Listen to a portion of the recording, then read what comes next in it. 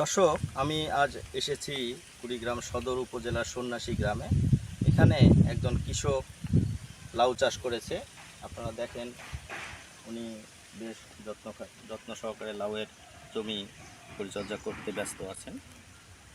তো আমরা জানি এবছর আমাদের এই অঞ্চলের কৃষকরা চাষাবাদে ব্যাপক ক্ষতিগ্রস্ত হয়েছে। বিশেষ করে আলুতে তারা প্রতি একর জমিতে প্রায় 1 লক্ষ টাকার মতো লসের সম্মুখীন হয়েছে। এরপরেও তারা বিভিন্ন ধরনের সবজি চাষ করে এই ক্ষতিটি পুষিয়ে নেওয়ার চেষ্টা করছেন। এরকমই একজন কৃষক আমাদের সাথে আছে। ওনার নাম হচ্ছে ওমর ফারুক। ওনার সঙ্গে আমরা কথা বলি। আপনার নাম এবং আপনার পরিচয়টা দিন। আমার নাম হলো মোহাম্মদ ওমর ফারুক। আমার বাড়ি গ্রাম সন্ন্যাসী, ইউনিয়ন হলখানা, উপজেলা কুড়িগ্রাম, থানা কুড়িগ্রাম। আচ্ছা, আপনি এবছর সবজি সহ অন্যান্য কী কী ফসল চাষাবাদ করেছেন? প্রথমে তো করলাম আলু করিয়া, তো আলু একরে প্রায় 1 লক্ষ টাকা লস। এখন করছি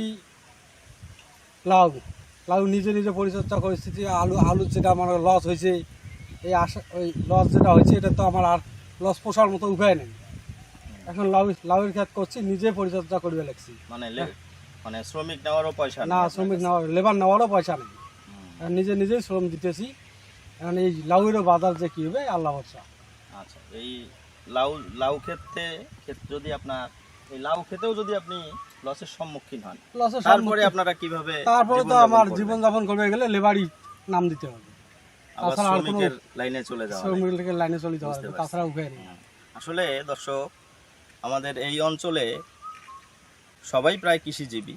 এদের একটি ফসলে লস হয়ে গেলে আর একটি ফসল তারা উৎপাদন করতে বেশ পরিশ্রম করে, নিজেরাই পরিশ্রম করে ফসল উৎপাদন করে টিকে থাকার চেষ্টা করে।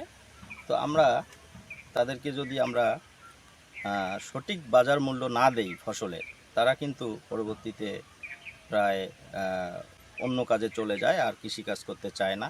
অন্যান্য শ্রমিক যারা আছে তাদের সঙ্গে, অন্য শ্রমের সঙ্গে যুক্ত হয়।